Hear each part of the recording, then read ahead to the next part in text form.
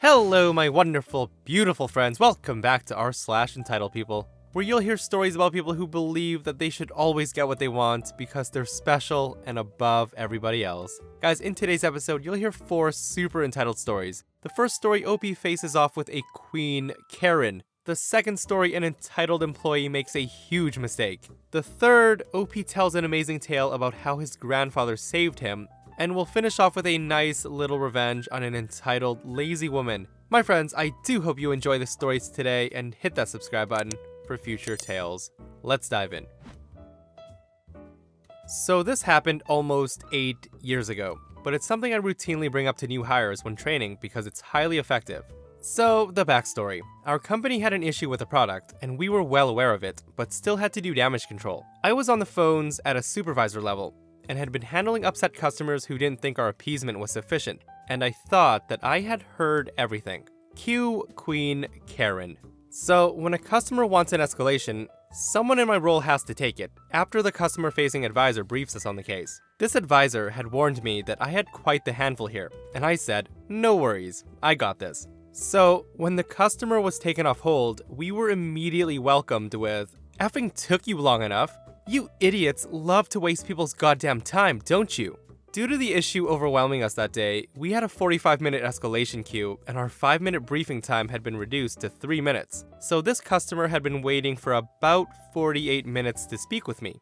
I was introduced and the advisor had left the call, and this is where the fun begins. I began saying, "Hello, and before I can get another word out, Queen Karen interrupts me and says, "I know the CEO, and I'm a shareholder. I know my rights, and if you don't give me what I want right now, I'll hang up this phone and you will be fired. I can guarantee you that." I told her, "Okay, I apologize if you feel that our appeasement offer is insufficient. I can escalate your case to see if we can grant an additional appeasement, but I would need at least 48 hours to see what can be done." So Queen Karen then says, "I know the damn CEO. Are you hearing me? I can call him right now and have you fired. So if you enjoy your job and want to keep your lights on, you do it now." So in this moment, all of my frustration and rage boiled over, and instead of screaming her stupid, I decided to call her bluff. Me, after pausing to regain my composure, said, "Ma'am, I can clearly see that you are very important, and since you have clearly stated twice, not once, but twice, that you have a far more effective path of escalation than I can provide, I feel that it's best that you follow your escalation path." There was silence for a good 30 seconds, followed by, "What?" I then told her, "You said twice during our conversation that you can directly speak with our CEO since you know him. My escalation path ends far before the CEO or any other senior officer in the company, so I think it's best you follow your escalation path." Queen Karen, realizing that she's screwed up, tries to walk it back and says, "No, see, you don't understand." And I told her, no, ma'am, I simply cannot allow you to continue down this path when you have a far more effective way to resolve the issue. Like you said, you don't want us wasting any more of your time, and I'm afraid since I can only do so much that I will only be wasting more of your time, since you will not be happy with what I can offer. I will make sure to note this in your case on your account, so you don't have to bother with our less effective escalation path in the future. I hope you have a wonderful day. Click. In case you're wondering what happened, she filed a formal complaint when she called another advisor, who saw my notes and complied with her request. My manager thought it was hilarious and took the extraordinary step to call her and ask why the customer was bothering her staff when she could have dealt with the CEO directly and gotten her preferred resolution. Queen Karen was dumbfounded that we actually believed her and whined about getting the appeasement. My manager held the line on denying the appeasement and advised the customer to choose her words more carefully going forward. So yeah, if you call tech support and say you personally know the CEO of the company, you may get an advisor I trained, who will close your case and refer you to your escalation path. Oh my goodness, my friends. Are you guys taking notes? Because what OP did was absolutely brilliant. Can I get some clapping going on here?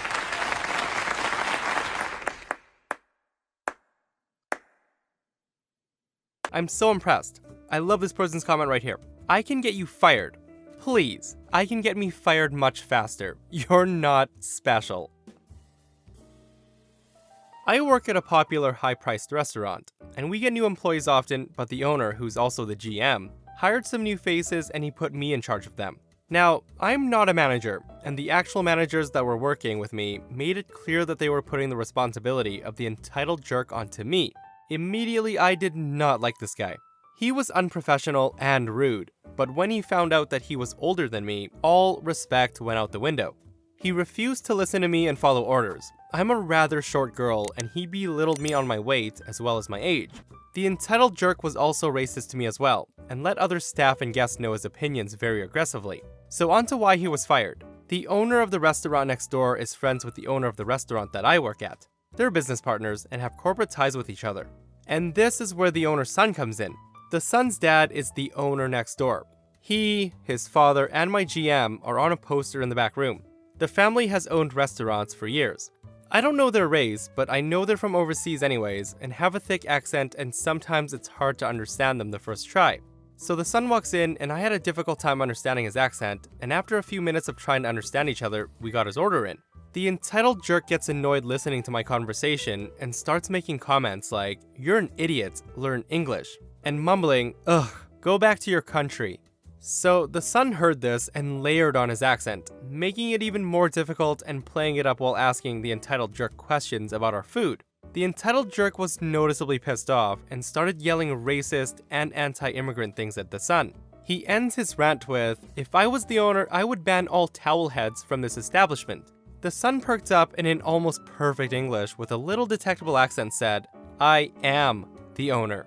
The entitled jerk went off again, claiming how he was lying until he realized that the son was one of the co-owners. You would expect an apology, right? One last-ditch effort to save your job, but not from the entitled jerk. I could tell that he was flustered and he messed up, but he held his ground and doubled down. He then claimed that it wasn't fair for the son to be co-owner because it was taking away jobs from Americans. The son smiled very big and asked me to write a witness report while he called the general manager and his dad. The next day, the entitled jerk was fired, and hopefully I'll never have to deal with him again.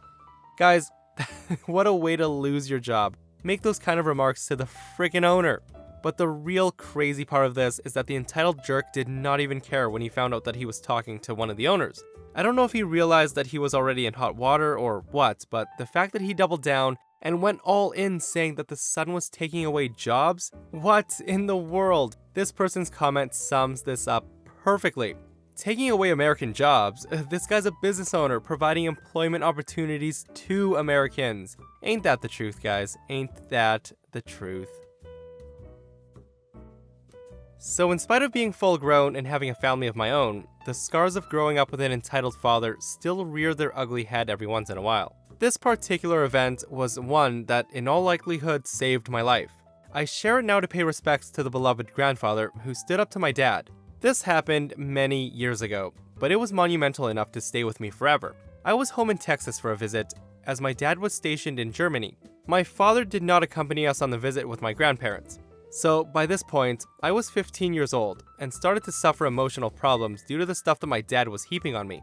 I was withdrawn, my hair was starting to fall out, and I had constant panic attacks. My sweet grandparents could see that I wasn't well. My dad mistreats me pretty much my whole life, and the secrecy and denial were embedded in my psyche. When they asked me if my dad had done this or that, my knee-jerk response was to deny, deny, deny. After 3 weeks, my 16th birthday came around. My mom had agreed to extend our stay long enough for me to be in the States to celebrate. Now, my grandfather had the habit since I was a young girl of heading down to the local cafe every morning to have a coffee with a group of men from the community. I never thought anything of it, nor did anybody else. That was his coffee time. End of story. So one day, not long before we were due to fly back overseas, my granddad asked me to go to coffee with him. I politely declined, as who wants to go watch a bunch of old men drink coffee at 7 a.m.? He gave me a strange look and told me that I was gonna go with him the next day and he'd make sure I got up in time. Okay, sure, Granddad. I got to the cafe and it was exactly what I pictured. About 7 old men, some in suits and some in coveralls. Granddad grabbed my elbow and guided me to a table with a well-dressed, imposing-looking man. As soon as we sat down, he looked at me with the kindest eyes I've ever seen from a stranger. We spent about 20 minutes talking, mostly about my life in Germany. I went home and thought nothing more of it. My birthday was 4 days later, then it was time to start getting ready to go back. My grandfather took me out the next day to get a new pair of shoes, but I was shocked when he pulled up to the courthouse. He turned to me and asked point blank if I really wanted to go back. I said I didn't, but I really had no choice. And he replied, "What if it was your choice?" So I said again that I did not have a choice. I was terribly frightened of my father's wrath. And with that, he opened my car door and guided me into the courthouse. We ended up in an office and a judge walked in, the same man that I spoke to at the cafe. I was stunned, but he and my granddad had been friends for years. He said, "So, I understand from your grandfather that you wish to be emancipated." Now, I did not have the first clue what that word meant, but I knew if my grandfather said I did, that I should agree. I nodded and the two of them started talking a mile a minute. They'd look at me now and then and all I did was nod. I knew something big was happening though, but I didn't understand what.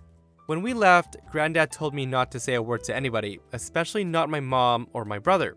That night, he asked my mom what she thought of me staying in Texas and starting school there. She of course hated the idea. That night she called my dad, and he got on the phone with me and he told me I'd better not try anything cute. I would be on that plane, or he would have me put in a mental hospital. I went back and told my granddad what he said, but my granddad just smiled and told me not to worry and told me to get some sleep. The next morning, I was up at the crack of dawn, and Granddad told me to get in the car. I remember being so excited and frightened because I knew something was up. In 20 minutes, I was in front of the judge, nodding and saying, "Yes, sir," to everything he said. We walked out, and our granddad told me that I was going to be very brave and to trust him to tell me what to do. He took me to a little furnished apartment and told me to stay there. Granddad went home and told my mom that I wasn't going to go anywhere near her or dad again and handed her the paperwork. Now, she freaks out and calls Dad, who called and in the most entitled manner told the old man that he did not know who he was messing with, and that if I thought that he was just gonna let me walk away from him, that he'd make sure that I was locked away until I was 30, and he was gonna make that happen. Granddad told him if he ever came back to this town, there would be a group of men with shotguns waiting for him. My mom and brother left the next week. I never said goodbye because my granddad said there was no need to let them back in your head. I was an emancipated minor at the age of 16. At 17, I joined the Air Force. I don't think I would have lived through 2 more years with that man. I miss my granddad so much, but I hope he died proud of what he'd done for me and who I became. What a wonderful story, guys, and this one comment sums it up perfectly. This person says, "He would have been so proud of you. Heck, I'm a stranger who is." Well said, my friend. Well said. So, backstory. I live in a middle upper class neighborhood. Everybody's really friendly, and it's right next to a school. My neighborhood is in the east side of Pennsylvania, and if anyone lives near there, you'll know about the snow. We got about 6 inches of snow, so of course, school was cancelled. This is not important until later, but I also have a service dog. So I woke up at about 7 a.m. and decided to go outside to play with my dog. We were having fun running around when I noticed my neighbor trying to get into his car.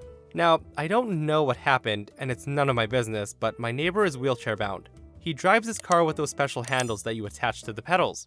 Anyway, I noticed him trying and failing to get through the 6 inches of snow on the driveway, so I decided to help him out. I went to my shed, grabbed a shovel, and some rock salt. I walked over and offered to shovel his driveway so he could go wherever he needs to be. My neighbor accepted and thanked me for being so helpful, and then he went back inside. Over the course of the next 45 to 60 minutes, I shoveled his driveway and salted it.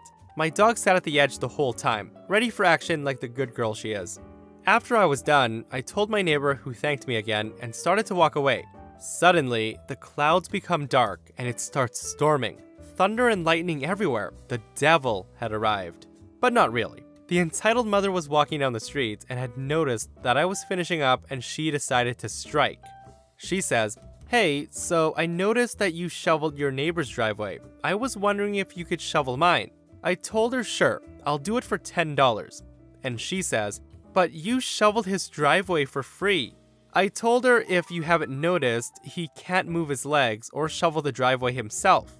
And she responds with, "Well, I have kids and I need to drive to the store to feed them." I asked her, "What's stopping you from shoveling? You seem perfectly fine to me. Can't you just help out a mother?" I told her, "Give me $10 and I will." And then she says, "You dumb millennials have no respect for anyone. I'm a hard-working mother and you have no right to refuse what I tell you to do." The lady then has the audacity to grab my arm and try to pull me. I yanked my arm away and asked, "What the heck is wrong with you? Get away from me." My dog, although on the job, is very protective of me. At this point, she stands in front of me and growls at the lady. She says, "Your dog is crazy. She's going to attack me, and if she does, I will have her put down." I then yell out, "Sick 'em, girl," and the dog lets out a single bark. Not even that scary. And the entitled parent runs for her life. I then take off my dog's vest so she's not on duty and throws a stick near the entitled parent. She doesn't see it, and I say, "Get it, girl, get it." And my dog takes off towards the stick. The woman turns around and a look of sheer terror fills her face as she sees my dog barreling towards her. I'm laughing and went home after that and gave her extra treats and pats for doing a big protect. Hope everyone near me has a wonderful snow day. So guys, OP also posts a picture of this vicious dog. Absolutely adorable. How could you be scared of this dog? How could you be scared of it chasing you? That woman is cray-cray, guys. And that, my friends, brings us to another end of our /entitled people. Guys, if you enjoyed the stories today, do hit that thumbs up. And if you missed yesterday's episode, an entitled mother-in-law throws away all of OP's food because she doesn't like OP's food choices. Yikes. Check it out if you haven't, and I'll see you guys in the next one. I love you. I really, really do.